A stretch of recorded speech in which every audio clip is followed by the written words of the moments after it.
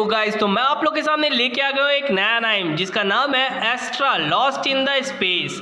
Guys, ये story कुछ ऐसी है कि स्पेस में कुछ बच्चे यानी कि 8 बच्चे कैंपिंग करने के लिए जाते हैं, लेकिन वहाँ पर से वो किसी दूसरे प्लैनेट में टेलीपोर्ट हो जाते हैं, जिसके बाद उनकी स्टोरी यानी कि जर्नी चालू हो जाती है और वो कैसे अपने प्लैनेट अर्थ पर लौटेंगे और उस प्लैनेट पर जहाँ पे उन्हें जाना है। तो ये पूरी स्टोरी उसी के ऊपर बेस्ड है। तो मैंने 4 एपिसोड एक ही पूरे वीडियो में कवर करने की कोशिश की है। शायद अगर कहीं गलती हो जाए या फिर वॉइस थोड़ी मेरी अटक जाए तो उसके लिए आई एम वेरी सॉरी, लेकिन आपको स्टोरी में काफ़ी ज़्यादा मज़ा आने वाला है, तो आप स्टार्टिंग से इस वीडियो को देखने ज़रूर आइएगा।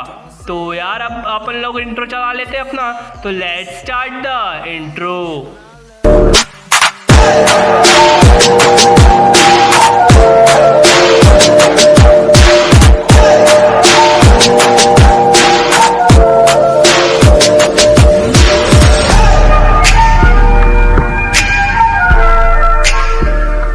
एपिसोड की स्टार्टिंग में ही हमें दिखाया जाता है कि स्पेसशिप को जो कि स्पेस में ही तैर रही होती है। साथ ही साथ हमें एक लड़की को दिखाया जाता है। मैं इस लड़की का क्या नाम है वो आगे की तरफ बता दूंगा। और ये लड़की भी बाहर की तरफ यानी कि स्पेस में ही फ्लोट कर रही होती है।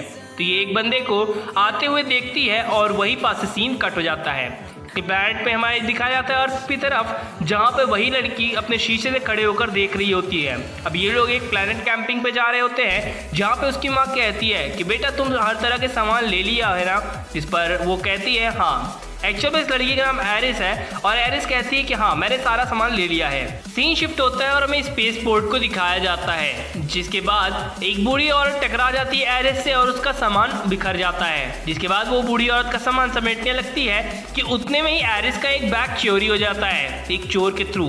पीछे तरफ एक लड़का भागते हुए दिखाया जाता है और ये है हमारा मेन कैरेक्टर। एक्चुअल में ये पूरे रोल सीन में कैप्टन का रोल निभाता है। साथ ही साथ वो उस बंदे को काफ़ी अच्छी हाई जंप मार कर यानी कि एंटी ग्रेविटी शूज पहनकर वो उस बंदे को नॉकआउट कर देता है। एरिस का बैग लेने में कामयाब भी हो जाता है, जिसके बाद एरिस और कैप्टन के बीच में काफ़ी अच्छी बातें होती हैं। यहाँ पर हमें कैप्टन का रियल नेम अंटीम्यूट्यू पता चलता है, जिसके बाद वो बताता है कि मेरा ये नाम नहीं है। साथ ही साथ वहाँ पर आ जाती है रोबो पुलिस और वहाँ पास से नॉकआउट हुए बंदे को अनकॉन्शियस पाते हुए उस बंदे को एक्सीडेंटली पकड़ लेती है यानी कैप्टन को, और कहती है कि ये एक सस्पेक्ट है, इसे हमें लेकर जाना होगा। जिस पर एरिस बताती है कि उसने मेरी मदद की है, लेकिन वो उसकी बात नहीं सुनते और कैप्टन को लेकर जाते हैं। एरिस उस जगह पर पहुंचती है जहां पर सभी के सभी बंदे पहुंचे हुए होते हैं। और मैं बता दूं कि यहाँ पे जो भी 8 मेंबर्स दिखाई दे रहे होंगे आपको, वो सभी के सभी मैक्पा प्लैनेट पर कैंपिंग के लिए जा रहे हैं और ये रैंडमली बच्चे चूज किए गए हैं।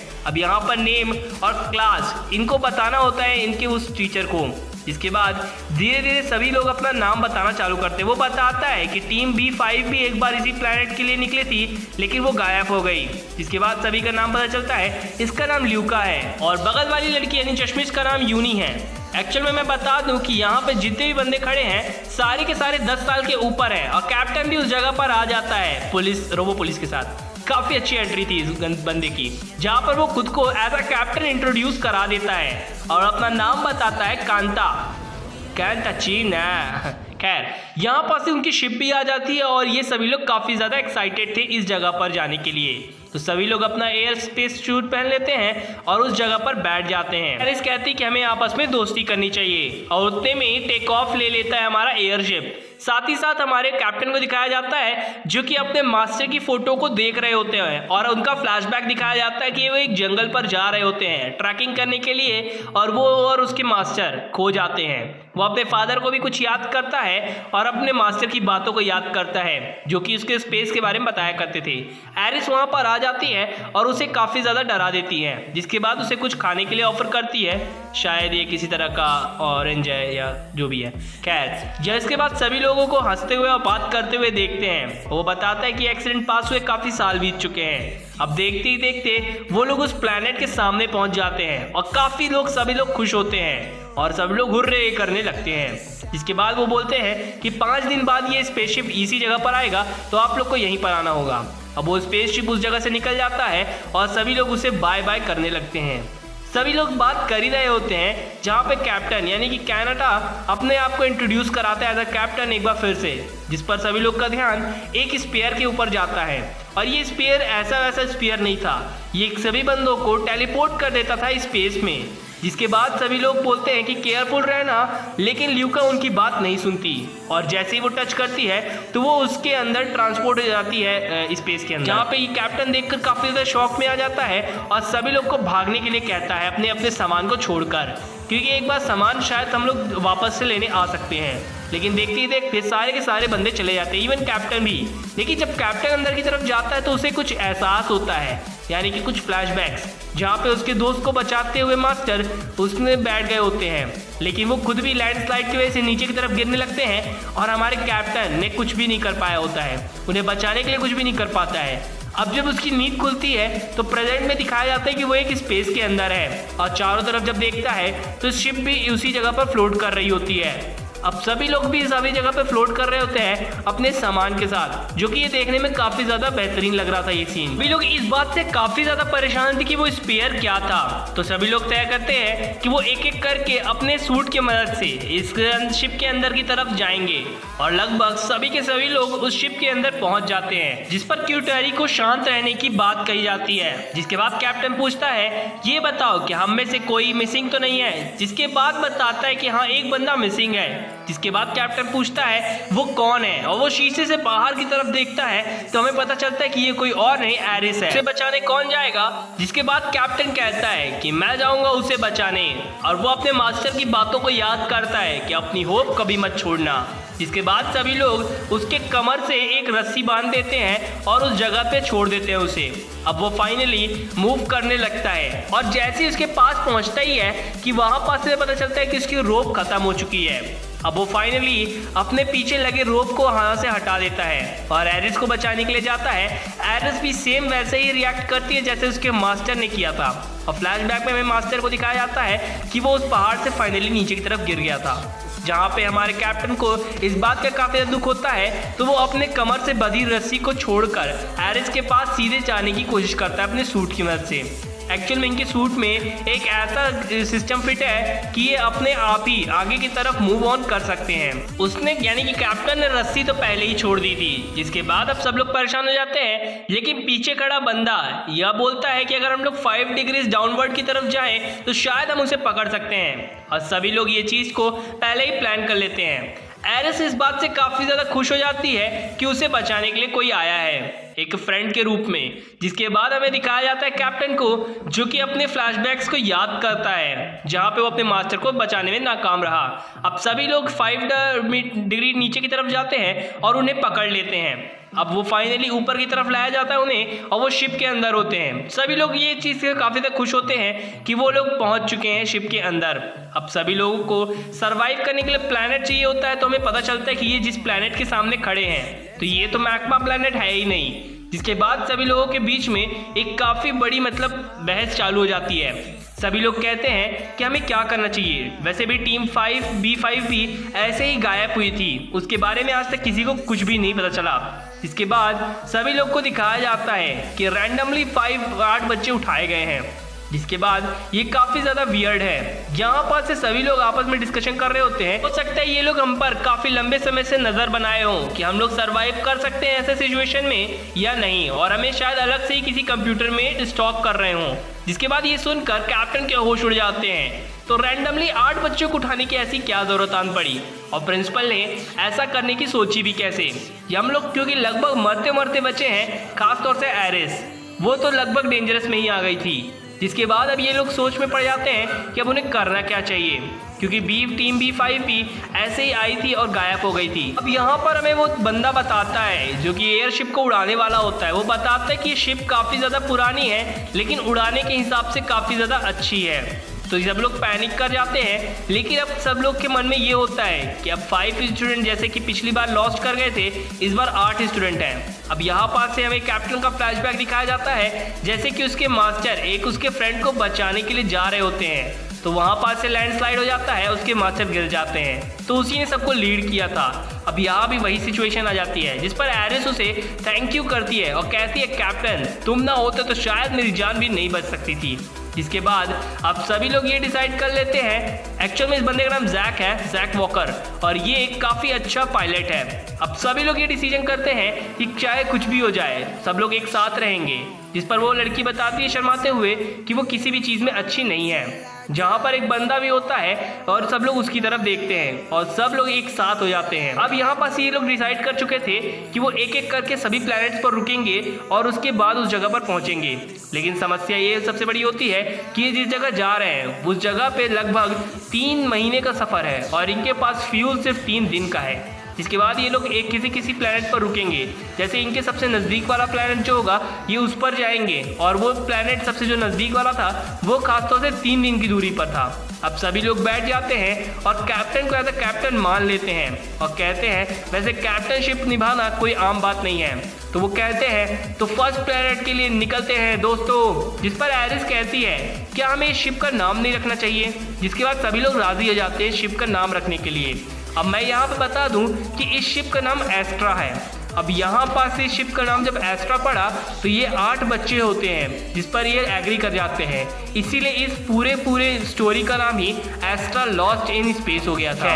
अब ये लोग शिप को उस जगह से ले जाने वाले होते हैं कि तभी हमें कैप्टन की और उसकी मास्टर की फोटो दिखाई जाती है जो कि स्पेस में तैर रही होती है। फाइनली ये वाइल्डरनेस नाम की जगह पर पहुंचते हैं एपिसोड 2, जिस पर हमें पता चलता है कि ये लोग उस जगह पर लैंड कर जाते हैं और इनके सामने का नज़ारा काफ़ी ज़्यादा अच्छा होता है जिस पर काफ़ी उड़ने वाली चीज़ें होती हैं और सोचते हैं कि इसे मारकर खाया जाए तो शायद 20 दिन का खाना हम आराम से रख सकते हैं।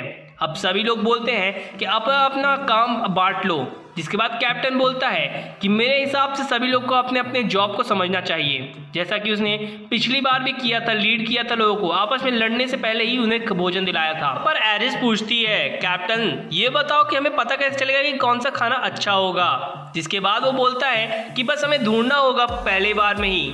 अब यहाँ पास से वो सभी लोग ढूंढने जाते हैं जिस पर एक बंदे को फॉरेस्ट में काफ़ी अलग अलग तरह के क्रीचर्स देखने को मिलते हैं और वो उनके साथ खेलने लगता है। मैं बता दूं कि ये बंदा बायोलॉजी में काफ़ी ज़्यादा अच्छा है। दूसरी तरफ ल्यूका और कैप्टन स्वॉर्ड और बाले जैसी कुछ चीज़ों के साथ खेल रहे होते हैं। अब वो लोग एक ऐसी जगह पर पहुंचते हैं यानी कि ऐसे पेड़ पर वो काफ़ी ज़्यादा स्पंजी था। एक पेड़ तो ऐसा था जो कि इस पैराशूट जैसा खुलता था और वो क्वार्टरी को नीचे की तरफ लाता है। गाइस ये लड़की का नाम इतना टफ है कि मैं बोल नहीं पा रहा हूँ। खैर सभी लोग काफ़ी ज़्यादा खुश होते हैं और लेटे हुए होते हैं। दूसरी तरफ फ्यूल भरा जा रहा होता है, पानी भरा जा रहा होता है उस शिप के अंदर। यहाँ पर हमें फिनेंशिया को दिखाया जाता है और मैं बता दूं कि क्योटरी की बहन है। तो अब कुछ शिप में चेंजेस कर रहा होता है तो उसे कुछ चीज़ें पता चलती हैं जिस पर वो मना कर देता है फिनेंशिया को बताने के लिए। अब सभी लोग फूड और वाटर पा चुके होते हैं तो वो कहते हैं कि हमें शिप की तरफ लौटना चाहिए, लेकिन जैसे ही पीछे की तरफ घूमते हैं तो उन्हें पता चलता है कि वो स्पीयर एक बार फिर से उन्हें टेलीपोर्ट करने के लिए आ चुका है। तो वो लोग उस जगह से जल्द भागते हैं जहाँ पर वो एरिस बताती है कि मेरे पास एक फोटोग्राफी मेमोरी थी इसीलिए हम लोग बाहर निकल पाए और वो उसने फोटो खींच के रखी थी। अब साथ ही साथ सभी लोग बैठते हैं और उस स्टूपिड स्पेयर के बारे में बात करने लगते हैं जिस पर वो कहते हैं कि वो हमें हर बार स्पेस में भेजने के लिए आई थी। कैप्टन काफी जंगली तरीकों से खाना खा रहा होता है। वो कहता है कि मैं जब पिछली बार फॉरेस्ट में फंसा था तो मुझे लगा कि मैं भूख से ही मर जाऊंगा, पागल हो जाऊंगा, लेकिन मैं फाइनली उस जगह से बच निकला। जिसके बाद वो सभी लोग उसे एक भी खाना का ऑफर करते हैं और कहते हैं कि हमें जल्द से जल्द अब इस चीज़ का भी खुलासा करना होगा। जिसके बाद सभी लोग उस खाने को खाने चालू करते हैं और इस चीज़ को बिना परवाह किए हुए कि उस खाने का नतीजा क्या हो सकता है। अब सभी लोग बाहर की तरफ निकलते हैं जहाँ पे क्योटरी की बात की जा रही होती है। वो पता चलता है कि उसकी मॉम ने उसे छोड़ दिया था। अब फेनी बोलती है कि मैं एक ऑर्फन से आई हुई थी और मैं इसकी छोटी बहन नहीं हूँ। एक्चुअल मतलब ये छोटी बहन नहीं है उसकी, बस उसे पालने के लिए इसके पास छोड़ दिया गया होता है एज अ फ्रेंड। लेकिन इसके बाद इसके जितने बटलर्स होते हैं वो छोड़कर चले जाते हैं और ये उसकी छोटी बहन एज अ रूप वहाँ पर लाया जाती है। अब सभी लोग उस पर खेल रहे होते हैं कि एरिस कहती है फैनी वहाँ से उतरो, लेकिन फैनी के उतरने के पहले ही क्वार्टरी जब उसको देखती है तो वो पेड़ काफ़ी बड़े हो चुके होते हैं। एक्चुअल में ये पेड़ शाम को बड़े हो जाते हैं और सुबह होते ही छोटे हो जाते हैं। ये सभी लोग एक्चुअल फॉर्म में आ जाते हैं अपने। अब सभी लोग परेशान होते हैं कि तभी फनी के सामने एक बड़ा मॉन्स्टर आ जाता है। एरिस देखती है कि कैप्टन कुछ तो कर रहा है और सभी लोग का ध्यान कैप्टन की तरफ खिंच जाता है और वो कहते हैं कैप्टन तुमने अभी एंटी शूज़ नहीं पहने हुए हैं, यानी कि एंटी ग्रेविटी शूज़, तो तुम उस तरफ नहीं पहुंच पाओगे।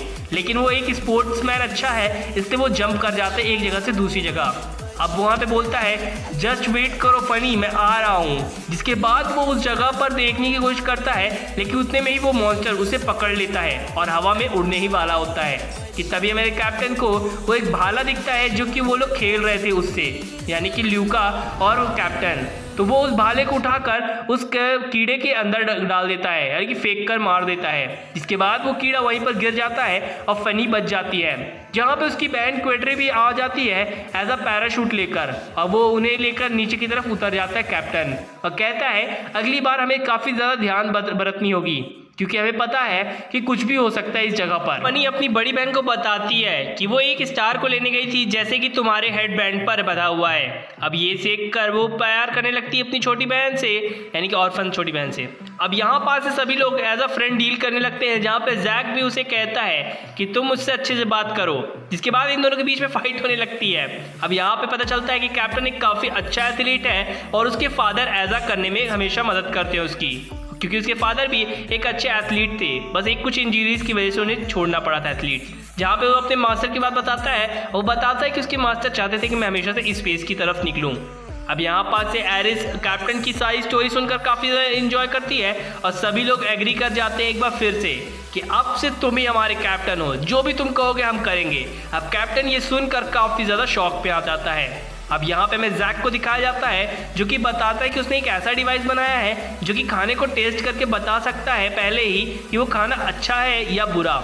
जिसके बाद हमें एरिस को दिखाया जाता है, जो कि हर तरह की बातें बात कर रही होते हैं, सभी लोग काफ़ी ज़्यादा खुश होते हैं, और वो एक फोटो कैप्चर करती है। Episode 3 meteor. दूसरी तरफ हमें पता चलता है कि जैक बता रहा होता है कैप्टन को कि किसी ने कम्युनिकेटर को डिस्ट्रॉय कर दिया है, और ऐसा कोई इंटेंशनली करना चाहता है, यानी सभी को मारना चाहता है। कि वहाँ पर एरिस आ जाती है, और यहाँ पास से कैप्टन थोड़ा डर जाता है। अब वो शक करता है चार्ल्स पे, लेकिन वो कहता है कि चार्ल्स पे कैसे शक किया जा सकता है, वो अच्छा कुक है। जैक तो ऑलरेडी हमें पहुंचाना चाहता है उस जगह पर, तो वो कम्युनिकेटर को ब्रोक नहीं करेगा।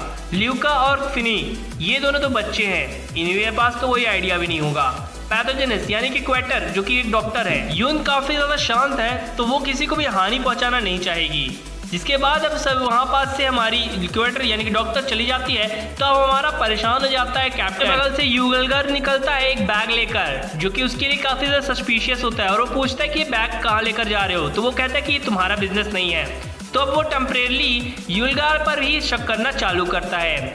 प्लैनेट शॉमर यानी कि अगला प्लैनेट जिस पर ये लोग जाने वाले हैं। जैक बताता है कि हम लोग कुछ समय बात कर सकते हैं, क्योंकि हम लोग उस जगह पर पहुंचने वाले हैं। जहां पर फनी बताती है, यानी कि क्वेटर की यानी डॉक्टर की बहन, वो बताती है कि जब उसे लाया गया था ऑर्फनेज से, तो वो प्यासी थी। रात को वो पानी पीने के लिए उठी थी, तब उसने एक चश्मिश पहने वाले बंदे को देखा था। उसका हेडमास्टर था, और वो बात कर रहा होता है ग्रैंडफादर से, यानी कि फिनिशी की ग्रैंडफादर। अब यहाँ पास से वो बोलती है, अच्छा तो तुमने पहले ही देख लिया था कि वो कौन बंदा है। जिसके बाद वो लोग बात करने लगते हैं B5 के बारे में, जहाँ पे वो सभी के सभी मर गए थे। कैप्टन ये बात सुनकर काफ़ी ज़्यादा शॉक में आ जाता है, और कहता है कि जल्द से जल्द मुझे उनके बारे में बताओ। जिस पर क्वेटर भी उससे यही पूछती है कि तुम्हें उनके बारे में कुछ याद है, जिस पर वो बताती है हाँ मुझे याद है। वो फाइनली मारे गए थे रेंडमली, और वो सिलेक्टेड भी रेंडमली ही थे। अलग अलग स्कूल से बिलोंग करते हैं, जिस पर जैक कहता है कैप्टन को कि अब तुम्हें उन्हें बता देना चाहिए। जिसके बाद वो बताता है कि किसी ने हमारा कम्युनिकेटर खराब कर दिया है। अब यहाँ पास से हमारा बताता है यलगार कि उसके फादर वाइस प्रिंसिपल है, अगर उन्हें भेजना ही होता तो वो मुझे क्यों भेजते, और रैंडमली अपने बेटे को कौन मारना चाहेगा। जिसके बाद वो बोलते हैं कि ये रियली प्लान है, तो हमें कोई मारना चाहता है और वो हमारे ही बीच में है। जिसके बाद क्वेटर यानी कि डॉक्टर काफ़ी ज़्यादा परेशान हो जाती है, और वो एरिस पर ही शक करने लगती है और भड़क जाती है। डॉक्टर को शांत किया जाता है और कहते हैं कि चलो हम लोग खाना खाते हैं, और सभी लोग खाना खाने बैठते हैं। जिस पर चार्ल्स सभी लोग के लिए खाना बनाकर लाता है और कहता है कि खाना कैसा बना है। सभी लोग उस स्पीयर के बारे में बात करते हैं, जो कि किलर स्पीयर होता है, लोगों को शक करता है और खाकर मार देता है। जिस पर वो कहता है किलर ने अगर प्लानिंग की होगी तो सक्सेसफुली वो हमें मारने में कामयाब हो ही जाएगा, कभी न कभी। हमें मारना ही चाहता हो तो शायद वो पहले ही मार सकता था शिप को डिसेबल करके, लेकिन उसने ऐसा नहीं किया।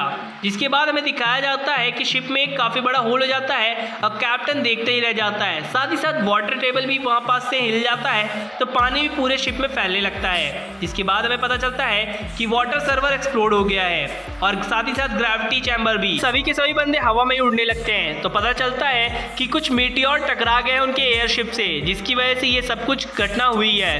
तो सब लोग कहते हैं कि हमें कुछ न कुछ करना होगा, जिसके बाद सभी लोग अपने अपने रिपेयर टूल लेकर उस जगह पर आने के लिए कहा जाता है, जिस पर चार्ल्स जल्द से जल्द अब बचा लेता है यून को। और यहाँ पास में लूका को दिखाया जाता है जो कि अपने ग्लू गन के साथ उस जगह पर आकर उस जगह के यानी कि उस होल को भर देती है। लेकिन अभी भी ये लोग हवा में उड़ रहे होते हैं, तो इन्हें समझ में नहीं आता। तो इन्हें पता चलता है जैक के थ्रू कि ग्रेविटी कंट्रोल अनहार्म्ड हो चुका है, तो इसे जल्द से जल्द हमें ठीक करना होगा। तो सभी लोग को कैप्टन ऑर्डर देता है और कहता है कि शोमोर की ग्रेविटी हमें खींच रही है, जो कि ज़्यादा नहीं है, लेकिन फिर हमारा शिप क्रैश हो सकता है। अब इस बारे में ये सभी लोग चिंतित हो जाते हैं और उनके पास सिर्फ 10 मिनट होते हैं। गाइस मैं बता दूं कि ये सीन काफ़ी ज़्यादा खतरनाक है। और 0.85 ग्रेविटी सरफेस ग्रेविटी होती है इस प्लेनेट की। इसके बाद वो लोग कहते हैं कि जल्द से जल्द जाओ, सभी के सभी सर्वर्स को कनेक्ट कर दो ग्रेविटी चैम्बर में। जब ग्रेविटी चैम्बर में पावर पहुंचेगा तो वो ग्रेविटी चालू हो जाएगी, तो हमारी शिप भी स्टेबल हो जाएगी। जिसके बाद सभी लोग उसकी बात मान जाते हैं और हर एक केबल को कनेक्ट करने लगते हैं एक दूसरे के साथ। लेकिन हमारी यून के अंदर पानी चला जाता है, जिसकी वजह से वो चोक करने लगती है। लेकिन डॉक्टर उस जगह पर आकर जल्द से जल्द यहाँ पर उसका पूरा पानी बाहर की तरफ निकालती है। यून को अपनी मॉम को बात याद आती है, जहाँ पे उसकी मॉम ने कहा था कि तुम कुछ भी नहीं कर सकती हो, और उनकी बात याद करते वो रोने लगती है। तक खुश होते हैं कि यून बच गई है और वो ठीक है। जिसके बाद सभी लोग एक तरह दूसरे के साथ ग्रेविटी चैम्बर के पास पहुंचते हैं और सारे के सारे कनेक्शंस केबल्स के साथ कनेक्ट करने की कोशिश करते हैं। लेकिन सारी कनेक्शन कनेक्ट होने के बाद भी ग्रेविटी ऑन नहीं होती है। ऐसा इसलिए होता है क्योंकि अनआइडेंटिफाइड फ्लाइंग क्रीचर उस जगह पर आ जाता है। तो वो सभी लोग उसे पकड़ने की कोशिश करते हैं। कैप्टन सभी को ऑर्डर देता है कि एक अनआइडेंटिफाइड फ्लाइंग ऑब्जेक्ट यहाँ पर आ चुका है। कैप्टन उसे काफ़ी जल्दी पकड़ने की कोशिश करता है, लेकिन नाकाम रहता है वो। अब इस चीज़ का फ़ायदा उठाता है एल्गार और कहता है कि मुझे वो गन शूट ला के दो। अब वो शूट करता है और उस बर्ड को ये फ्रीज कर देता है, जिसके बाद उनकी ग्रेविटी चैम्बर्स ऑन हो जाती हैं और वो सभी लोग ग्रेविटी के उसमें आ जाते हैं। जैक उन सभी की शिप को काफ़ी सेफली लैंड करवा देता है उस जगह पर। तभी हमें युलगार को दिखाया जाता है जो कि उसी बॉक्स को यानी कि उस केस को खोलता है जो उसके अंदर गन होती है। इसके बाद सीन शिफ्ट हो जाता है 5 कैंप लॉग प्लैनेट ऑन शमोर। इस जगह पर उन्होंने भी आए थे। जिसके बाद डॉक्टर नहा रही होती है कि वहाँ पे जैक आ जाता है। जैक को बाबा जी का ठुल्ल घंटा फर्क नहीं पड़ता और वो मुंह धोता है। जिसके बाद हमारी डॉक्टर काफ़ी ज़्यादा चिल्लाती है और कहती है तुम्हें शर्म नहीं आती क्या, एक नहाती हुई लड़की के रूम में घुस जाते हो तुम। जिसके बाद वो बाहर चिल्लाते हुए निकलती है। अब यहाँ पास से चैप्टर 4 चालू होता है, यानी कि episode number 4 star of hope. ये प्लैनेट सबसे ज़्यादा खतरनाक है। यहाँ की ग्रेविटी इतनी कम है कि जिसके बाद हमारा मास्टर घुस जाता है, यानी कैप्टन। अब वो सभी लोग को लीड करता है और कहता है कि इस जगह पे भी हमें वही करना है और हमारे जैक ने जो खाना फूड सर्च करने के लिए बनाया है उसे करना है। और यहाँ पे हमारा जैक जब उस फूल को खाता है तो उसे काफ़ी ज़्यादा टेस्टी लगता है। अब वो सभी लोग आसपास सर्च करते हैं तो उन्हें कुछ कंकाल भी मिलते हैं जो कि इसी प्लैनेट के क्रीचर्स के होते हैं। ज़्यादा डर जाती है। यहाँ पर हमें उसी प्लैनेट के क्रीचर को दिखाया जाता है जो कि डॉग के बालों को खा रहा होता है, तो उसे लगता है कि ये फनी उसे परेशान कर रही है। जिसके बाद वो सभी लोग उसी प्लैनेट के जानवरों का यूज़ करते हैं और अपने लिए खाना और पानी इकट्ठा करते हैं। जिसके बाद हमें पता चलता है कि उन्होंने काफ़ी सारा खाना इकट्ठा कर लिया है और यहाँ पर हमारा कैप्टन जब बोलता है कि कहीं से बदबू आ रही है तो क्वेटर यानी कि डॉक्टर उस जगह पर किक मारती है और हमारा कैप्टन एक बार ज़मीन में गिर जाता है। उसके कंधे पर रखा हुआ फूल वो लोग जब चेक करते हैं तो उन्हें पता चलता है कि ये काफ़ी ज़्यादा हार्मफुल है उनकी बॉडी के लिए, तो वो लोग उस खाने को नहीं लेते हैं। अब इसके बाद यहाँ पास से एरिस को दिखाया जाता है जो कि काफ़ी लंबे समय से भूखी होने की वजह से उसका पेट आवाज़ करता है। तो अब इस प्लैनेट पे खाने के लिए बहुत कम मिला था, तो वो लोग कहते हैं, डिसाइड करते हैं कि हमारा अगला दिन 20 दिन का सफ़र रहेगा, इसलिए हमें कुछ समय बचा के करना होगा। इस पर ल्यूका बात करने के लिए आती है यून से। चलता है कि यून उस शिप को छोड़कर जा चुकी है और उसने मैसेज छोड़ा है कि उसे ढूंढने कोई ना आए, और इस चीज़ को नोटिस किया होता है एरिस ने। अब साथ ही साथ सभी लोग यून को ढूंढने के लिए बाहर की तरफ निकलते हैं, चाहे वो जैक हो, पेनी हो, ल्यूका हो, कोई बंदा भी हो, सब लोग उसी को ढूंढने निकलते हैं। यहाँ पर हमें दिखाया जाता है यून को जो कि वहाँ के क्रीचर से डर जाती है। अब वो याद करने लगती है अपने उसी गाने को कि don't be scared of the friend in the forest. अब ये गाना गा रही होती तो उसकी मॉम एक बार फिर से टॉन्ट करती है और यहाँ पर हमें कैप्टन को दिखाया जाता है जो कि यून को ढूंढते ढूंढते आ चुका होता है और वो कहता है यून तुम्हें भागने की ज़रूरत नहीं है, तुम अपनी प्रॉब्लम शेयर कर सकती हो। जिसके बाद वो बताना चालू करती है कि उसकी मॉम हमेशा से ही उसे टॉन्ट करती थी और वो कहती थी कि तुम कभी भी किसी के लिए काम में नहीं आ सकती हो और तुम कुछ भी नहीं कर सकती हो। तो वहाँ के क्रीचर्स काफ़ी ज़ोरदार तरीके से भाग रहे होते हैं। ये चीज़ इन्हें समझ में नहीं आती है, लेकिन जब ये ऊपर की तरफ देखते तो इन्हें पता चलता है कि यहाँ पर का ये जो स्प्रेडिंग सीड हो रहा है, यानी कि ये पेड़ स्प्रेड कर रहा है जो सीड, वो लोग अगर इनहेल करते हैं तो इन्हें बेहोशी आने लगती है, वो मरने लगते हैं क्योंकि ये एक पॉइजनस चीज़ें हैं। अब वहाँ के क्रीचर्स भी दम तोड़ने लगते हैं। इस चीज़ को हमारा कैप्टन नोटिस करता है कि तभी वहाँ पर यून आती है उस फूल को लेके आते हुए और वो कहती है कि इस क्रीचर को खिला दो, शायद ये बच जाए। अब यहाँ पे होता भी कुछ ऐसा ही है, वो क्रीचर जिंदा हो जाता है और यहाँ पे हमारे कैप्टन को एक मैसेज आता है कि हमारी जान खतरे में है, जल्द से जल्द हमारे पास आओ यून के साथ। अब ये लोग उसको लेकर जाते हैं उन सभी बंदों को अंदर की तरफ, तो हमें पता चलता है कि यहाँ पे अब सिर्फ 2 ही लोग बचे हुए हैं सेफली, एक डॉक्टर, कैप्टन और यून। बाकी सभी लोग की हालत बहुत ख़राब है, जहाँ पर हमें पता चलता है कि ये पूरा का पूरा प्लैनेट यानी कि ये मशरूम अपनी सीड्स को फैलाता है और यहाँ के क्रीचर्स को ख़त्म करता है। तो ये फाइनली इस जगह का कंट्रोलर है ये प्लांट। तो यहाँ का एक एंटीडोट भी होगा जिस पर उसे याद दिलाते हैं यून। तो कैप्टन उस एंटीडोट यानी कि उस फूल को लेने के लिए बाहर की तरफ जाता है, जिस पर जैक कहता है कि जल्द से जल्द करना होगा तुम लोग को। अब फाइनली जैक यानी कि कैप्टन उस जगह पर पहुंच जाता है और उस पेड़ को ढूंढने लगता है, यानी कि उस फूल को, जहां पर पता चलता है कि उस जगह के जितने भी क्रीचर्स होते हैं उन लोगों ने उस फूल को खा लिया होता है। उनकी हालत काफ़ी ज़्यादा ख़राब होती है और डॉग भी इस बार अब उनकी हालत भी ख़राब हो चुकी है, यानी कि उस पॉइजनस को इसने भी इनहेल कर लिया है। साथ ही साथ कैप्टन अब अपना मास्क उतारता है, जिसके बाद उसे भी बेहोशी आने लगती है क्योंकि जब तक वो मास्क नहीं उतारता तो वो पेड़ उसे उस फूल को नहीं देता। अब यून एक जगह पर जाकर बैठ जाती है और वो गाना गाने लगती है। सच में गाइस, ये गाना काफ़ी ज़्यादा प्यारा था। जिसके बाद हमें दिखाया जाता है कि ये सभी बंदे बात कर रहे होते हैं। ऐसा लगता है उन्हें कि जैसे कोई बंदा गाना गा रहा है, तो उन्हें पता चलता है कि हमारे बीच में एक सिंगर भी है। तो वो फूल अब बाहर की तरफ निकलने लगता है जो कि लेमन कलर का होता है। जिसके बाद हमारा कैप्टन उस फूल को खाता जाता है और उसकी जान बच जाती है। फाइनली वो उस जगह के एक क्रीचर्स के साथ बैठकर आता है और सभी लोग की जान बचा लेता है। कैप्टन काफ़ी ज़्यादा थक चुका था, इसलिए वो एक जगह पर बैठकर सो जाता है और साथ ही साथ ये एपिसोड भी यहीं पर दम तोड़ता है। मेरी एक्सप्लेनेशन अच्छी लगी हो तो प्लीज़ मेरे चैनल को सब्सक्राइब कर देना और बेल आइकन को भी प्रेस कर देना। गाइस, मैं बता दूं कि मेरे यहाँ बारिश हो रही है, जिसकी वजह से बैक में नॉइस आपको ज़्यादा सुनाई दे सकता है, तो उसका तो मैं कुछ नहीं कर सकता and I am very sorry. तो यार, अगर आपको अच्छा लगा हो तो प्लीज़ चैनल को सब्सक्राइब कर देना। Thank you.